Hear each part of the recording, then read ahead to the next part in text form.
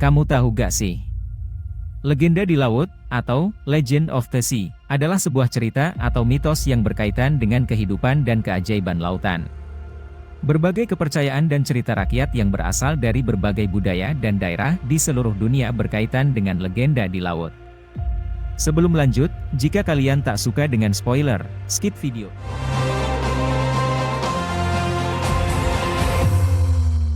Beberapa contoh legenda di laut yang terkenal antara lain adalah 1. Legenda Ratu Kidul.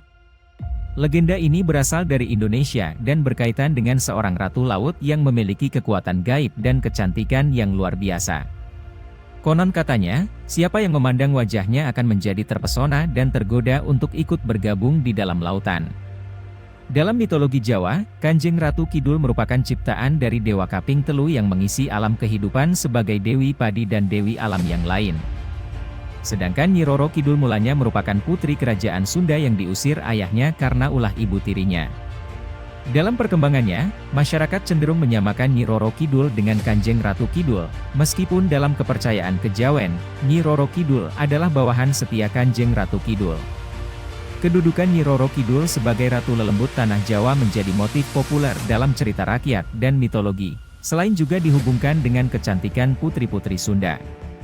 Masyarakat Sunda mengenal legenda mengenai penguasa spiritual kawasan laut selatan yang berwujud perempuan cantik yang disebut Nyi Rara Kidul.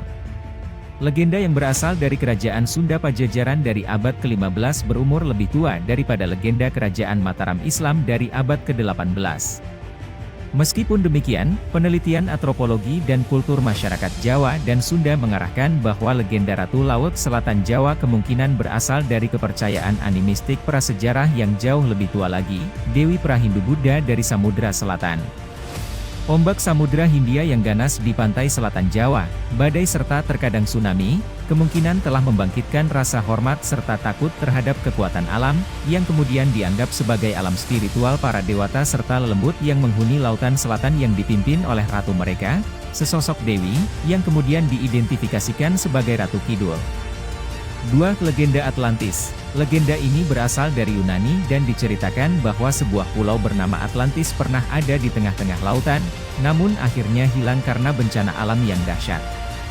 Atlantis, atau Atlantika adalah pulau legendaris yang pertama kali disebut oleh Plato dalam buku Timaeus dan Critias. Dalam catatannya, Plato menulis bahwa Atlantis terhampar di seberang pilar-pilar Hercules, dan memiliki angkatan laut yang menaklukkan Eropa Barat dan Afrika 9.000 tahun sebelum waktu Solon, atau sekitar tahun 9.500 sebelum Masehi. Setelah gagal menyerang Yunani, Atlantis tenggelam ke dalam samudra hanya dalam waktu 1 hari 1 malam. Atlantis umumnya dianggap sebagai mitos yang dibuat oleh Plato untuk mengilustrasikan teori politik. Meskipun fungsi cerita Atlantis terlihat jelas oleh kebanyakan ahli, mereka memperdebatkan apakah dan seberapa banyak catatan Plato diilhami oleh tradisi yang lebih tua. Beberapa ahli mengatakan bahwa Plato menggambarkan kejadian yang telah berlalu, seperti letusan Thera atau Perang Troya. Sementara lainnya menyatakan bahwa ia terinspirasi dari peristiwa kontemporer seperti hancurnya Helike tahun 373 sebelum Masehi atau gagalnya invasi Athena ke Sisilia tahun 415 sampai 413 sebelum Masehi. Masyarakat sering membicarakan keberadaan Atlantis selama era klasik, tetapi umumnya tidak mempercayainya dan kadang-kadang menjadikannya sebagai bahan lelucon. Kisah Atlantis kurang diketahui pada abad pertengahan, tetapi, pada era modern, cerita mengenai Atlantis ditemukan kembali. Deskripsi Plato menginspirasikan karya-karya penulis zaman Renaissance, seperti New Atlantis karya Francis Bacon. Atlantis juga memengaruhi literatur modern, dari fiksi ilmiah hingga buku komik dan film.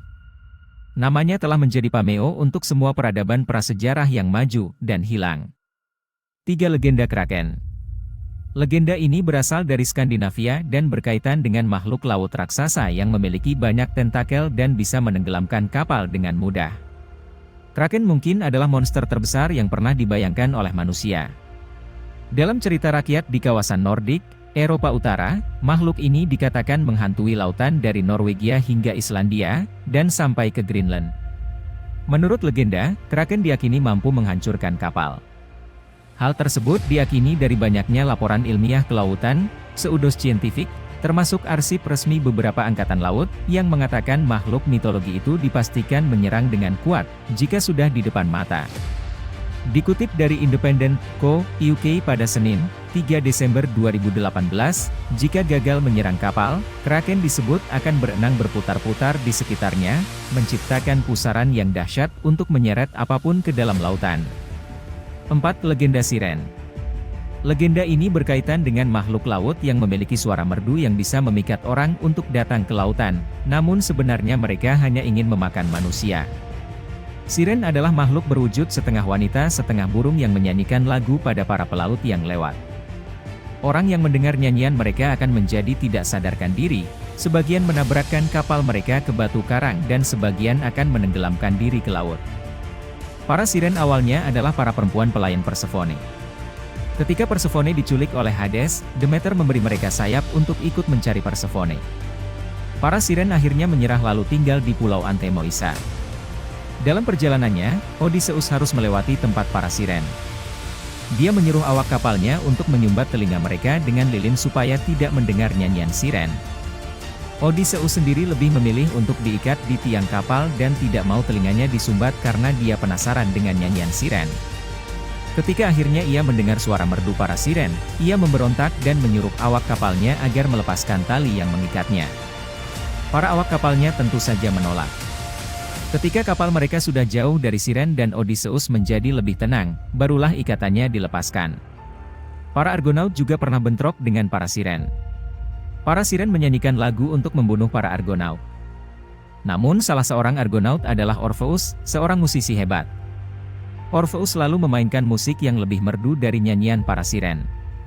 Kesal karena kalah, para siren akhirnya menceburkan diri ke laut.